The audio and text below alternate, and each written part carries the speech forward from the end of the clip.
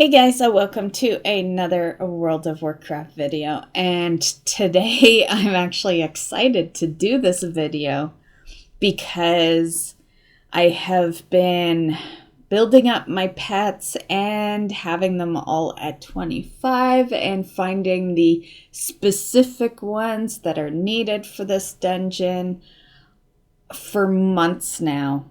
I've been collecting pets for years, but it wasn't until I really started getting into the pet battles and stuff that I realized that it's not just level 25 pets you need. You need to have multiples of every kind of pet to be able to do some of this stuff, right?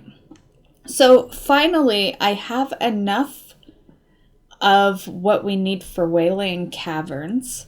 So we're finally doing this dungeon, this pet battle dungeon. And there is quite a few other ones. I will be doing the Dead Mines one next. I plan on going in order, and hopefully if everything goes well, maybe we can just catch up on these pet battle dungeons before they release another new one. There's currently 5 of them out at the moment. There's Wailing Caverns, Dead Mines, Gnome, Strathholm, and Blackrock, I believe. I think Blackrock's the newest one that came out in BFA. And yeah, so that is the plan. In this video, I will be going over the pets that I won't say you necessarily need, but if you want to do this smoothly, I had in advance, months ago, prepared my teams, and basically I really was just getting the last 2 pets in the team leveled to 25 so that we could, kind of breeze through it. And so I will let you know what those teams are. So the fight you see me completing right now is stage 1. Dark Moon Tonk was amazing for this. Another good one to have in your team is the Dream Whelpling, or you can have Emerald Proto Whelp. And the Terraclaw Hatchling was also a good one. However, for the most part, my Dark Moon Tonk soloed all of this. You didn't really see me swap to any of those other pets. So definitely Dark Moon Tonk is a good one. Another thing I'd like to add before I go over stage 2 is that when you run this for the first time, you can heal up every round as you see me doing. It's not always going to be like that. Basically, this is kind of like your trial run. So when you get here for the first time, you'll do the dungeon, and then you'll get that same quest again. And that will be for your chance at a pet. You'll also get the achievement and all that. And that second run, you can't heal at all once you start the stages up in this dungeon. So keep that in mind, that the first run is a trial run. You can heal all you want, but the second time in, have some backup pets, have some emergency pets, because when one dies, you're done with that pet. Okay, so now we're at stage 2. This is Son of Skum, and he's actually the pet you will get when you do the achievement for this. So just thought I'd put that out there as well. And for this one, you want a pet that has Haunt. Basically, this is an easy one to beat. What I did is I had my Unborn Valkyr in there, because Unborn has Haunt. In the second pet, I had Icky, and in the third I had the can't remember what the third was. Maybe the dream whelping. So basically, it's just the first two pets that matter, though. The third is like a cleanup pet for the most part. So the third can be any pet you desire. The first two are important because what you're going to do is when the battle starts, you will use Haunt, and then your pet will immediately die pretty much from there. And, well, it'll die, but it's not really dead. It's kind of like a fake death. And you will then be on your second pet. You'll use Black Claw, and then the flock ability or hunting party, depending on which pet you're using. And that's pretty much it. You know, you can use the cleanup pet if needed, but that should be enough to actually down this boss. Honestly, the cleanup pet is good for his two others.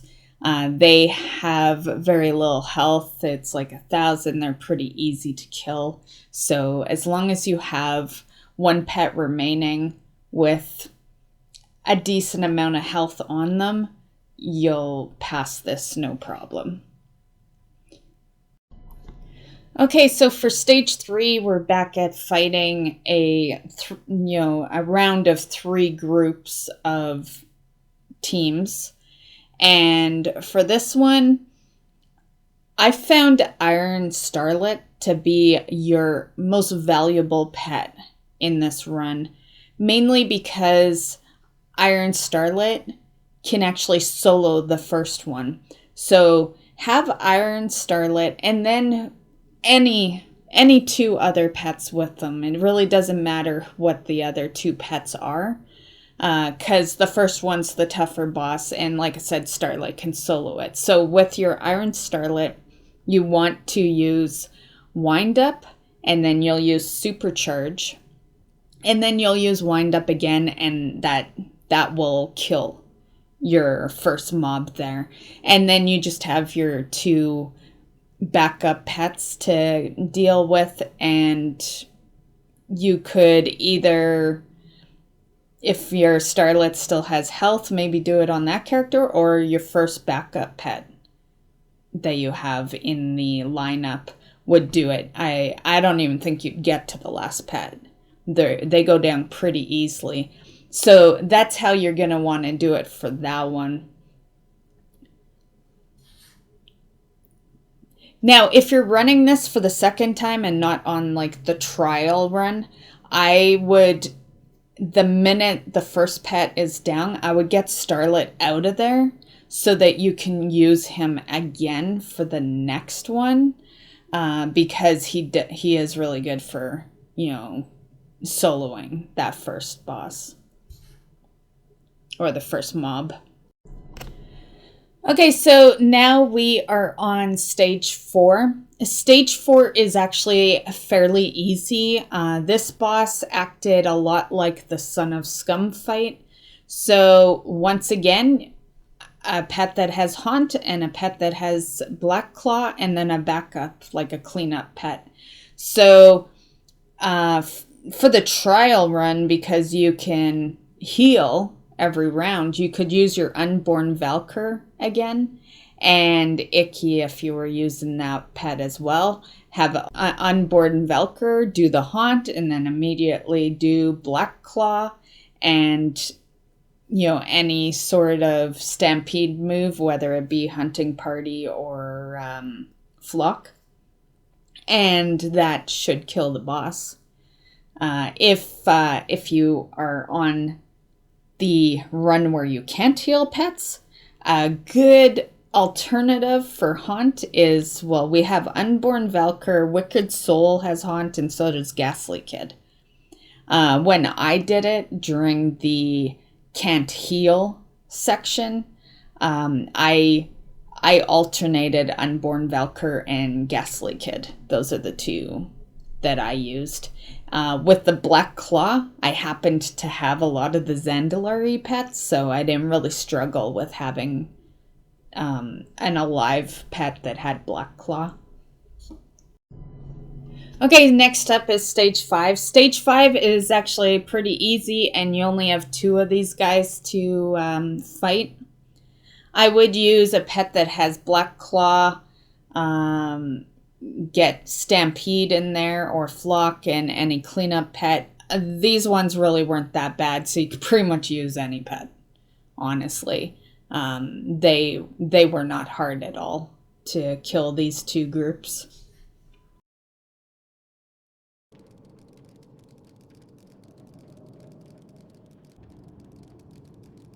Hey, whoa there. You really shouldn't sneak up on people like that. Ruined a perfectly good nap.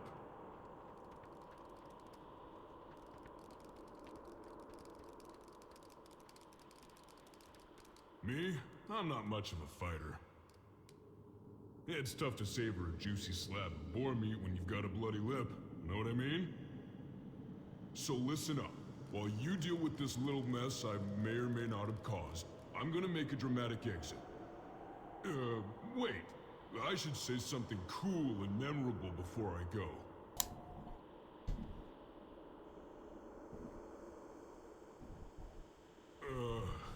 This is harder than it looks. Have you ever tried to come up with a sweet catchphrase right on the spot?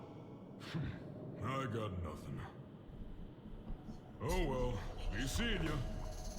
I love how he's like, this trouble I may or may not have caused. So in other words, you caused it. Okay, so this is where some things differ a bit.